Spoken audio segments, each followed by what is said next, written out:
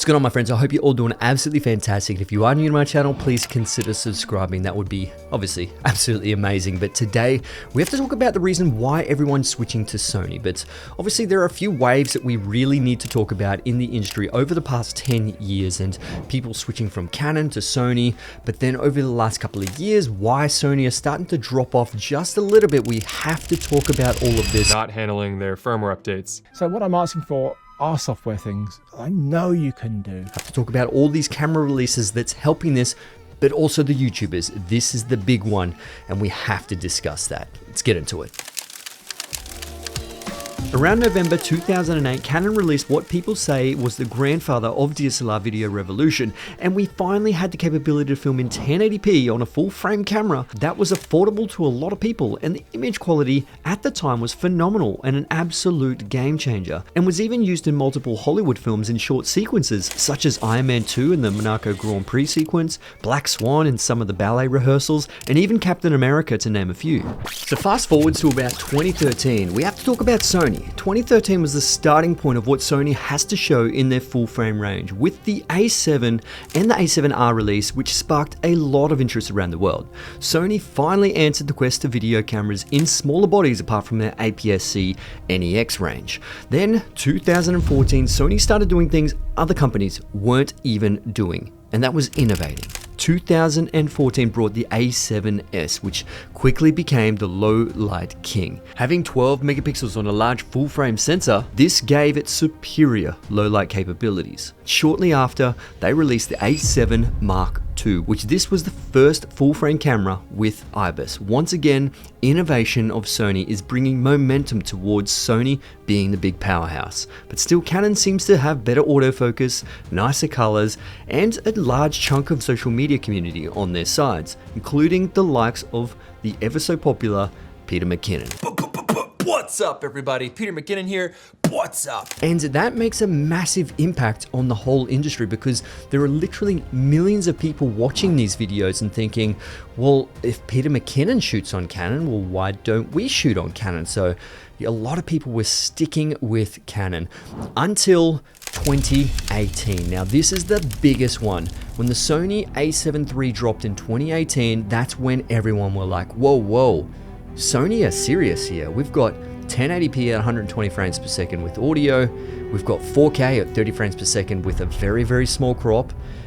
This is game changing. Everyone was like, wow, A7 III, we need to switch. This is an incredible camera. And that is the biggest reason why I switched. I went from the Nikon D750, full frame DSLR, to the A7 III, which is very similar 24 megapixel sensor, but it's mirrorless.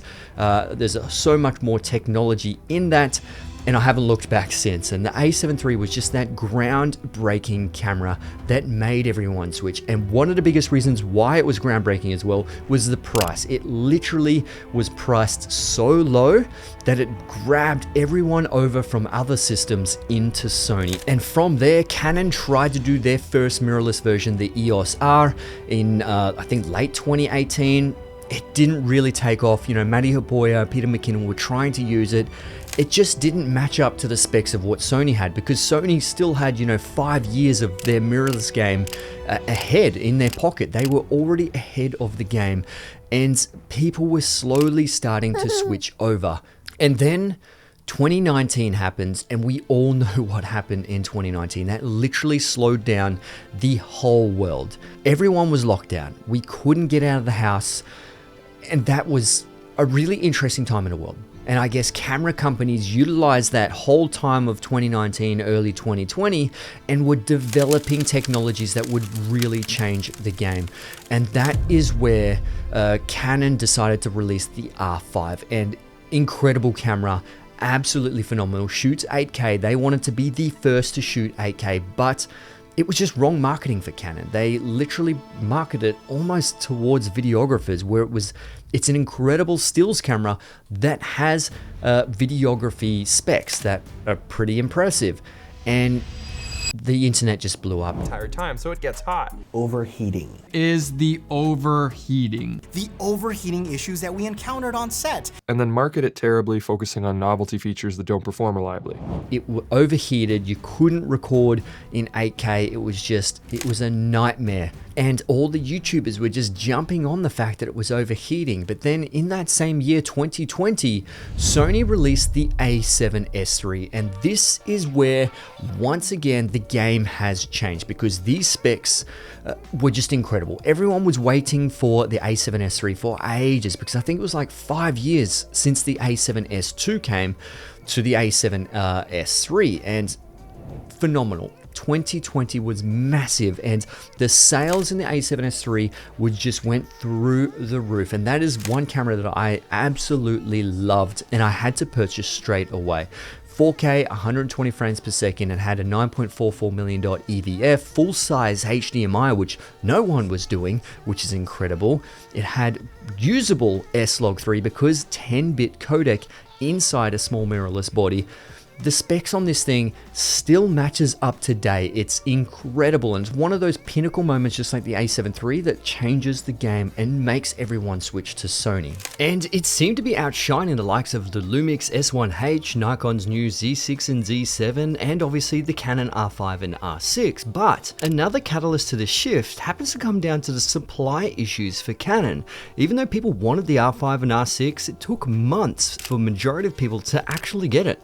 And this was a massive issue due to the lockdowns, as this was kind of the beginning of the global chip shortage, which did no one any favors. Most electronic devices required chips, and due to lockdowns, everyone wanted more and more electronic devices to keep themselves busy, you know, ranging from computers, cars, home appliances, game consoles, and most importantly for us, cameras. So potentially, were Sony just great innovators and produced a great product in the A7S III, or were they actually just very lucky in the initial sales of the A7S III and weren't highly affected by the global chip shortage at first? And this is what actually grabbed Matty Hapoya and Chris Howe and all those other YouTubers into the Sony crew, because the A7S III was just a phenomenal camera and still is a phenomenal camera.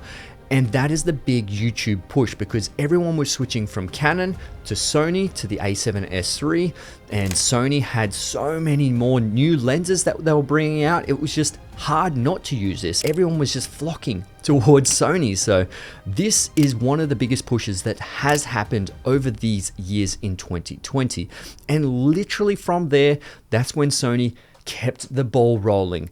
FX3, absolutely phenomenal. FX6, a cinema camera, still stands up really strong with that. The A1, which is a stacked sensor, incredible 50 megapixels, amazing stills, amazing videos. They kept it going, A7 R5, this amazing flip screen that they had, 4-axis, it just blew up the world, and are still going. And these cameras just add to the crazy list that Sony actually have when it comes to cameras in 2023. Like in a couple of months' time, there will probably be another 2 cameras that have dropped. But this gives us consumers so many more cameras to play with in each different price level, and obviously for each different type of content creator or type of person that's going to be utilizing this. But there is no denying that Canon are so close behind Sony that not quite caught up, but the full frame and APS-C range in the new RF series has done really well. And I mean, the RF glass is starting to build up as well. This is where things are starting to change. And this is actually Sony's undoing. And they are doing it themselves because of firmware updates. This is where people are starting to lose a little bit of respect, a little bit of integrity has been lost with Sony, because they're releasing brand new cameras with pretty much the same technology inside, but have newer features through software, which they could actually utilize in the A7S III and the A1, but they're not. And people are really standing up to it. So this is really hurting Sony, not in a good way. But what is that next step? What is the next step that Sony is going to do again? There has to be that leap. It's literally 3 years since the A7S III has dropped. It'll be 4 years in 2024. This is where the Burano has dropped. So this is a pinnacle point once again. Burano has internal NDs and IBIS, which no mirrorless camera has. This is the first in its class. Will that leak down into the mirrorless bodies?